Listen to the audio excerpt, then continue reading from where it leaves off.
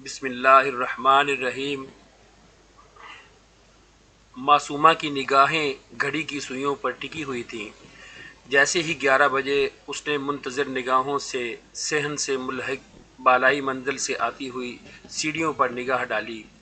زینہ عبور کرتی ہیرا ایک ادا سے نیچے آ رہی تھی۔ حشاش بشاش چہرہ پرسکون مسکان سجائے وہ نیچے آئی۔ کیسی ہیں بھابھی، جاگ گئی ہیں آپ؟ معصومہ کو اس کا یہ سوال ایک آنکھ نہ بھایا تھا، کیونکہ وہ تو صبح اذانوں کے وقت سے جاگی گھر گرہستی کے کاموں میں الجھی ہوئی تھی، جبکہ ہیرا کی صبح ابھی ہوئی تھی اور پوری نیند لینے کے بعد وہ بہت خوبصورت دکھائی دے رہی تھی۔ معصومہ اتنی تھکی ہوئی تھی کہ اس کا لب کھولنے کو بھی دل نہ چاہا، اس لیے ہلکی سی آواز سے بولا، ہاں میں تو کب سے جاگ گئی۔ ہیرا نے فریج کھولا، آٹا نکالا، پیڑا بنایا اور حیدر کے لیے ناشتہ تیار کیا۔ حیدر اتنی دیر میں نیچے آیا۔ اس کی گود میں عیشا تھی، ان کی اکلوتی اولاد۔ 1 سالہ عیشا مطمئن سی باپ کی گود میں تھی۔ تبھی ہیرا نے بے نیازی سے ناشتہ ٹیبل پر دھرا اور عیشا کو معصومہ کو پکڑاتے ہوئے بولی، بھابھی عیشا کو پکڑ لیں، ذرا ہم دونوں ناشتہ کر لیں۔ معصومہ حیرت سے اسے بس دیکھتی رہ گئی۔ کہنا چاہتی تھی کہ شدید تھکاوٹ کے بعد وہ بچوں کو اسکول لینے جانے سے پہلے لیٹنا چاہتی ہے اور تازہ دم ہونا چاہتی ہے، مگر ہمیشہ کی طرح اس کے خیالات دل میں رہ گئے اور عیشا کو تھامتی ہوئی وہ کمرے میں آ گئی۔ عیشا کو کھلونے پکڑائے اور عیشا کھلونے میں مگن ہو گئی۔ ساتھ ہی بیبی کاٹ میں زینب سو رہی تھی۔ زینب پر نظر پڑتے ہی معصومہ کی آنکھوں میں ممتا بھر آئی۔ معصومہ 3 بچوں کی ماں تھی، موسیٰ، سونیا اور چھوٹی زینب جو ابھی چند ماہ کی تھی۔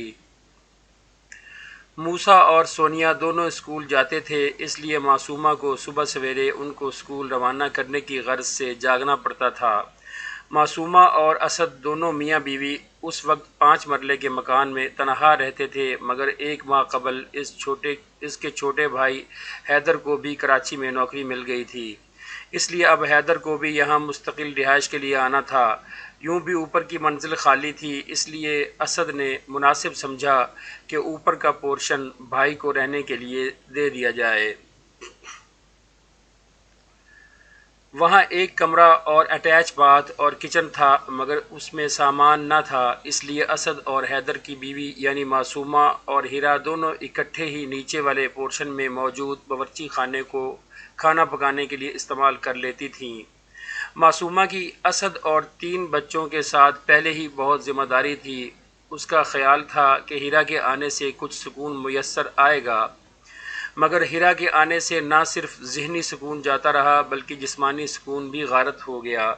کام کے بعد جو تھوڑا وقت بچتا تھا کہ وہ اپنی کمر سیدھی کر لے، اب وہ ہیرا اور اس کی بیٹی عیشا کی خدمت گزاری میں گزر رہا تھا۔ معصومہ کا دل اس وقت خوب کرتا تھا جب ہفتے بھر کے گندے برتنوں کا ڈھیر معصومہ کو خود ہیرا کے کمرے میں جا کر لانا پڑتا تھا۔ پلیٹ میں بغیر ڈھکے چاول نہ جانے کب سے پڑے تھے، روٹیوں کے ٹکڑے دوسری پلیٹ میں منہ چڑھا رہے تھے، کئی کپ جو چائے پینے کے بعد گندے پڑے تھے۔ معصومہ سارا دن برتن دھوتی رہتی، اوپر سے نیچے کے چکر لگاتی، لیکن اسے بہت کوفت ہوتی، جبکہ ہیرا اس معاملے میں بالکل لاپرواہ تھی۔ اسے اپنی اس بے حسی کی انتہا پر کوئی افسوس تک نہ تھا۔ سب سے زیادہ بری بات یہ تھی کہ حیدر بھی آنکھ بند کیے بیوی کا غلام تھا، جبکہ اسد ہر معاملے میں معصومہ کو ڈانٹ دیا کرتا تھا، چاہے اس میں معصومہ کا قصور ہو یا نہ ہو۔ اسد کو معصومہ کی تذلیل کر کے دلی خوشی محسوس ہوتی تھی، جبکہ حیدر ہیرا کے سامنے بول نہ سکتا تھا۔ جیسا وہ کہتی ویسا ہی کرتا تھا، یوں لگتا تھا جیسے بے دام غلام ہو، شوہر نہیں۔ روزانہ ہیرا کو نیچے آ کر صاف کچن ملتا تھا۔ برتن جو اس کے رات کے گندے پڑے ہوتے تھے وہ معصومہ صاف کر چکی ہوتی تھی، ہر چیز ٹھکانے پر رکھی ہوتی تھی، تو پھر بھلا 2 پراٹھے بنانے میں کیا دیر لگتی۔ ناشتہ کرا کے میاں کو رخصت کرتی اور دوبارہ اپنی بیٹی کو لے کر اوپر کے پورشن میں گم ہو جاتی۔ اس کی آمد دوبارہ تب ہوتی جب دوپہر کا کھانا بن چکا ہوتا اور معصومہ روٹیاں پکا رہی ہوتی تھی۔ وہ اس وقت ہیرا کچھ ایسا کرتی کہ بچی رونے لگ جاتی، پھر ہیرا آرام سے پکارتی، روٹی تو آپ بنا رہی ہیں، میرے لیے بھی بنا دیں۔ اب بھلا اس میں انکار کی تو کوئی گنجائش باقی نہیں رہتی۔ ہیرا آرام سے گرم روٹی لیتی اور عشاء کو سامنے بٹھا کر کھانے لگتی۔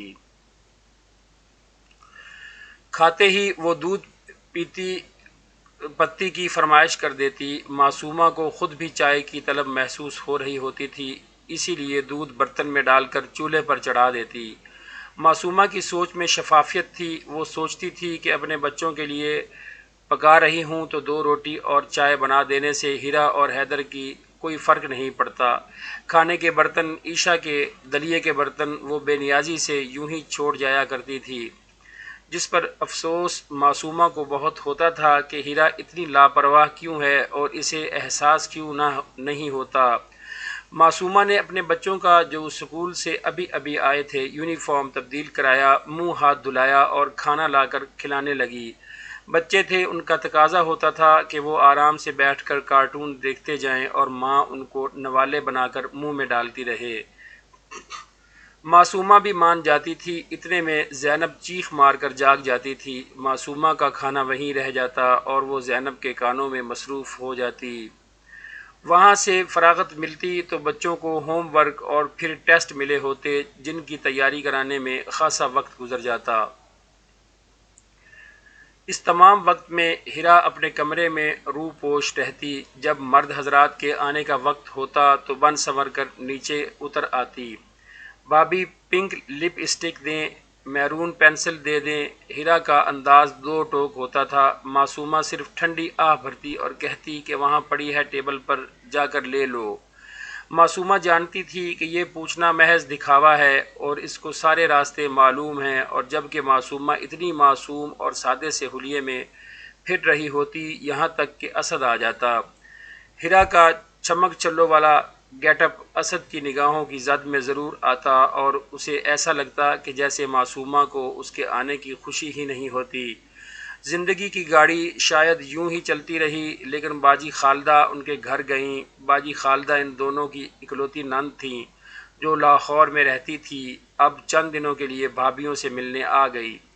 باجی خالدہ نے ایک دن معصومہ کی سرگرمیاں ملاحظہ کیں اور ہیرا کی بے نیازی بھی دیکھی اور سوچنے میں مصروف ہو گئی کہ آخر یہ کیسے چلے گا۔ باجی خالدہ کو معصومہ کا گدھوں کی طرح کام کرنا اچھا نہ لگا، ان کا دل مغموم ہو گیا۔ باجی خالدہ کو اپنا ماضی یاد آ گیا۔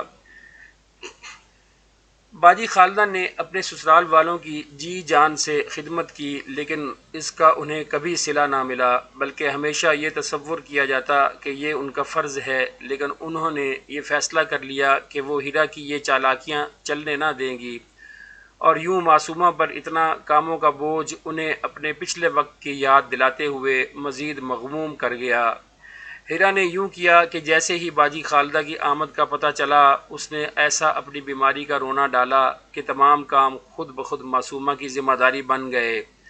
ویسے تو ہیرا نے لا تعلقی کی زندگی بسر کرنی ہی تھی، مگر اس وقت تو انتہا ہو گئی کہ جب اس نے معصومہ کے سامنے اپنے اور بچی کے گندے کپڑوں کا ڈھیر لگا دیا کہ بھابھی آپ یہ کپڑے دھو دیں، میری تو حالت خراب ہے، کمزوری اور نقاہت سے چکر آ رہے ہیں۔ خالدہ باجی چپ رہیں اور وہ اس تماشے کو انتہا تک دیکھنا چاہتی تھیں۔ معصومہ جو تھکن سے چور تھی اور ابھی کچن کے کاموں سے فارغ ہوئی تھی، اب اطمینان سے آرام کرنے کا سوچ رہی تھی۔ بالکل ہونک چہرہ لیے دیورانی کو دیکھنے لگی، چاہتی تو صاف صاف بات کرتی، میں تھکی ہوئی ہوں، مگر تھکن کا لفظ ہمیشہ کی طرح اس کے لفظ سے ادا نہ ہوا، اور وہ اپنے وجود کو گھسیٹتے ہوئے گٹھڑی کھولنے لگی اور کپڑے نکالنے لگی۔ بچی کے کپڑے الگ کیے، بڑوں کے کپڑے الگ، اور واشنگ مشین لگا کر کپڑے دھونے لگی۔ 2 گھنٹے تک وہ مصروف رہی، پھر فارغ ہوئی تو اس کا حلیہ خراب ہو رہا تھا، سارے کپڑے بھیگ چکے تھے اور زینب دودھ مانگ رہی تھی۔ خالدہ آپا نے یہ ساری کارروائی ملاحظہ کی، پھر ہیرا جو پانی میں ہاتھ نہیں ڈال رہی تھی کہ اس کو ٹھنڈ لگ گئی ہے، اس وقت ٹہلتی ہوئی آئی۔ زینب کو معصومہ تھپکا تھپکا کر چپ کروانے میں لگی تھی۔ جب ہیرا نے اپنی بچی کو بھی معصومہ کو تھما دیا، بھابھی میں ذرا نہانے جا رہی ہوں، حیدر نے آنے والے ہوں گے، مجھے اس طرح دیکھیں گے تو انہیں اچھا نہیں لگے گا۔ اس سے پہلے کہ معصومہ کوئی جواب دیتی وہ نہانے کے لیے باتھ روم میں گھس گئی۔ اب دو بچے منہ پھاڑ کر رو رہے تھے اور معصومہ کا دل کر رہا تھا کہ وہ خود بھی بیان کرے۔ خالدہ باجی نے سارا منظر دیکھا، پھر انہوں نے عائشہ کو تھاما اور معصومہ کے کندھے پر ہاتھ رکھتے ہوئے بولی، کب تک خود کو یوں تکلیف دیتی رہو گی؟ دنیا بہت ظالم ہے، اگر ابھی تم نے اس کا کوئی حل نہ نکالا تو پھر تم ساری زندگی آرام سے بیٹھ نہ سکو گی۔ آنسو خالدہ آپا کی ہمدردی سن کر معصومہ کے گالوں پر بہنے لگے۔ آپ بتائیں میں کیا کروں؟ اگر میرے مطابق چلو گی تو یقین مانو تمہاری تمام مشکلات حل ہو جائیں گی۔ پھر اگلا دن شروع ہوا، جیسے تمام دن ہوا کرتے تھے، مگر اس دن ایسا کچھ نیا ہونا تھا جو باقی دنوں سے منفرد تھا۔ اگرچہ آج بھی معصومہ گھڑی کی سوئیوں پر نگاہ ٹکائے بیٹھی تھی۔ جیسے ہی گھڑی نے 11 بجے کا ہندسہ عبور کیا، ہیرا مسکراتی ہوئی زینہ اتر کر آئی تھی۔ اس نے ایک مسکراہٹ معصومہ کی جانب بھی اچھالی تھی۔ ٹی وی کے سامنے بیٹھی ٹاک شو دیکھتی معصومہ نے بھی جواباً مسکراہٹ پیش کر دی۔ خالدہ باجی فاصلے پر صوفے پر بیٹھی تھیں اور رسالہ پڑھ رہی تھیں۔ ہیرا نے کچن میں قدم رکھا۔ پہلا جھٹکا اسے اس وقت لگا جب کچن میں برتنوں کا انبار تھا۔ اس نے مشکل سے کپ تلاش کیا اور اسے دھویا۔ کچن گندا ہو تو کام کرنا کتنا مشکل ہو جاتا ہے۔ پھر فریج کھول کر آٹا لینے کے لیے نگاہ دوڑائی، مگر آٹا نہیں تھا۔ سو بے ساختہ پلٹی، بھابھی آٹا نہیں ہے کیا؟ لہجے میں بے یقینی پھیلی ہوئی تھی۔ معصومہ نے اس کی حیرت سے کافی لطف اٹھایا۔ بالکل ہے، بہت آٹا ہے، کنستر میں سے نکال کر گوندھ لو۔ ہیرا کو جواب دیتی معصومہ اس معصومہ سے مختلف تھی جو روز الو بن جاتی تھی۔ ہیرا برا سا منہ بنا کر اوپر چلی گئی۔ تھوڑی دیر بعد حیدر نیچے آیا۔ بھابھی ہیرا کی طبیعت خراب ہے، کمزوری ہے، اس سے ناشتہ نہیں بن سکتا، اس لیے اب پلیز 2 پراٹھے اور آملیٹ بنا دیں۔ معصومہ سے پہلے خالدہ آپا نے جواب دیا، ایسی کون سی کمزوری ہو گئی ہے کہ شام کو نہاتی ہے؟ اس وقت تو اسے کوئی کمزوری نہیں ہوتی۔ ایسا کرو معصومہ کہ تم مجھے وہ فیروزی سوٹ لا کر دو جس کے بٹن ٹانکنے ہیں۔ خالدہ باجی نے ایسی بات کی کہ حیدر لاجواب ہو گیا اور قصہ ہی ختم ہو گیا۔ حیدر کو ناکام واپس لوٹنا پڑا۔ حیدر تیار ہو کر بھوکا ہی دفتر چلا گیا اور شرٹ بھی پریس نہ کروائی، کیونکہ ملازم معصومہ تو مصروف تھی۔ دوپہر کو جب ہیرا کے پیٹ میں چوہے دوڑے تو اسے نیچے آنے کا خیال آیا۔ اس کا اترا ہوا چہرہ اس بات کی دلیل تھا کہ اسے بھوک لگ رہی ہے۔ کچن میں پتیلے سے ڈھکنا اٹھایا تو حیران رہ گئی کہ صاف ستھری پتیلی منہ چڑھا رہی تھی اور سالن کا ایک ذرہ تک اس میں نہ تھا۔ آج آپ نے کھانا نہیں بنایا؟ جس پر معصومہ نے جواب دیا، نہیں، میری طبیعت ٹھیک نہیں تھی۔ کیا صرف تمہاری طبیعت خراب ہو سکتی ہے؟ ہیرا کوئی سخت جواب دینے والی تھی، مگر نند پر نظر پڑی تو خالدہ آپا نے سخت نظروں سے دیکھا تو وہ واپس زینہ چڑھ گئی۔ معصومہ اور خالدہ آپا ایک دوسرے کو دیکھ کر مسکرائے۔ پھر بچے اسکول سے آئے تو معصومہ نے ان کے لیے جو چکن سینڈوچ بنا کر ہاٹ پاٹ میں رکھے تھے وہ نکالے اور انہیں کھلا دیا۔ جاؤ بچوں، آج انجوائے کرو، کیونکہ پھوپھو کا مشورہ تھا کہ بچوں کو آج فل ڈے فن کرانا ہے۔ اتنا سارا دن کام کر کے معصومہ کو بھی آخر آرام ہی مل ہی گیا تھا۔ پھر شام کو ہیرا نیا سوٹ پہن کر نمودار ہوئی۔ معصومہ سامنے لیٹی ہوئی تھی۔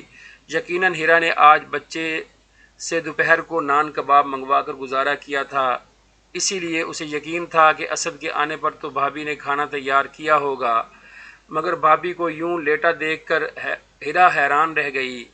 جاؤ کھانا بناؤ کچن میں۔ خالدہ باجی کی بات پر وہ مجبوراً کچن میں آئی تھی۔ کھانا بنانا تو اسے آتا ہی نہیں تھا۔ سوچا قورمہ بنا لیتی ہوں۔ قورمہ بنانے میں اس کی حالت خراب ہو گئی، آنکھیں پانی سے بھر گئیں، ہلدی اس کے چہرے پر لگی ہوئی تھی۔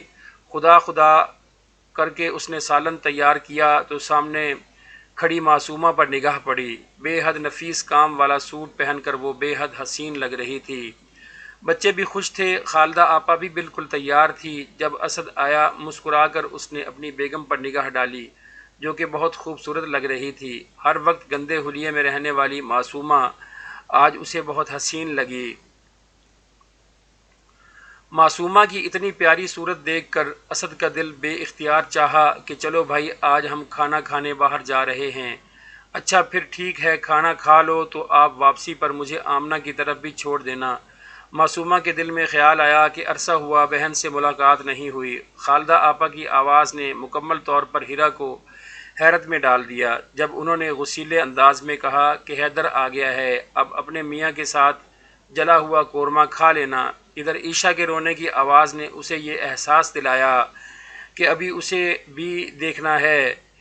اسے واقعی سچ مچ چکر آنے لگے تھے اور کمزوری محسوس ہونے لگی۔ جب حیدر گھر میں داخل ہو رہا تھا تو اپنی بیوی کو اتنے گندے حلیے میں دیکھ کر حیران رہ گیا، کیونکہ اسے تو ہمیشہ سے بنی سنوری ہیرا ہی نظر آتی تھی، لیکن وہ کیا جانے کہ ہیرا کے بننے سنورنے کے پیچھے ساری محنت تو معصومہ کی لگتی تھی۔